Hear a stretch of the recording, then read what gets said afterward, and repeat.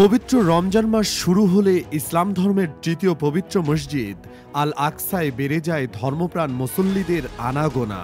তবে দখলদার ইসরায়েল হুমকি দিয়েছে সশস্ত্র গোষ্ঠী হামাসের সঙ্গে যুদ্ধবিরতির চুক্তির অংশ হিসেবে যেসব ফিলিস্তিনি মুক্তি পেয়েছেন তাদের এবছর আল আকসায় যেতে দেওয়া হবে না। তুরস্কের বার্তা সংস্থা আনাদোলু ২৪ ফেব্রুয়ারি সোমবার এক প্রতিবেদনে এ তথ্য জানিয়েছে।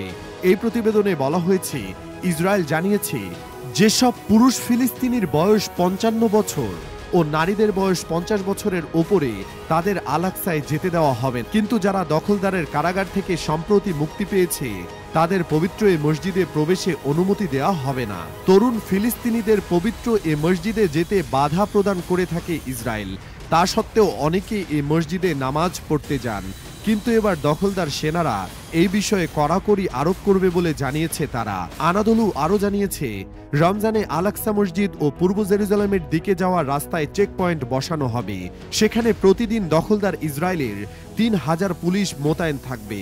এছাড়া পশ্চিম তীর থেকে মাত্র ১০,০০০ ফিলিস্তিনিকে আল আকসায় যাওয়ার অনুমতি দেওয়ার কথা ভাবছে ইসরায়েলি কর্তৃপক্ষ। উল্লেখ্য যে মুসলিমরা পবিত্র এ মসজিদকে আল আকসা হিসেবে অভিহিত করলেও ইহুদিরা এটিকে টেম্পল মাউন্ট হিসেবে ডাকে। তাদের দাবি, এখানে ইহুদিদের প্রাচীন প্রার্থনাস্থল ছিল, এই জন্য তারা এই পবিত্র স্থানটিতে নিজেদের আধিপত্য বিস্তারের প্রচেষ্টা চালিয়ে যাচ্ছে।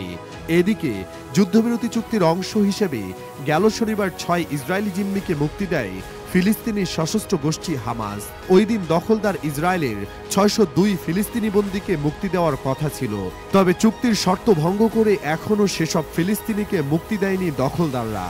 এর মধ্যে ২৪ ফেব্রুয়ারি সোমবার নতুন শর্ত দিয়েছে ইসরায়েল। তারা বলেছে, যদি হামাস তাদের আরও ৪ জিম্মির মরদেহ ফেরত দেয় এবং এগুলো ফেরত দেওয়ার সময় কোনো ধরনের আনুষ্ঠানিকতা না করে, তাহলে আজই ৬০২ ফিলিস্তিনিকে মুক্তি দেওয়া হবে। ইসরায়েলি সংবাদ মাধ্যম ইনেদ এক প্রতিবেদনে এসব তথ্য জানিয়েছে। সংবাদ মাধ্যমটি জানিয়েছে, নতুন শর্তের ব্যাপারে মধ্যস্থতাকারী দেশগুলোকে অবহিত করা হয়েছে। তবে মধ্যস্থতাকারী দেশগুলো কি জানিয়েছে এ ব্যাপারে এখন পর্যন্ত কিছু জানা যায়নি।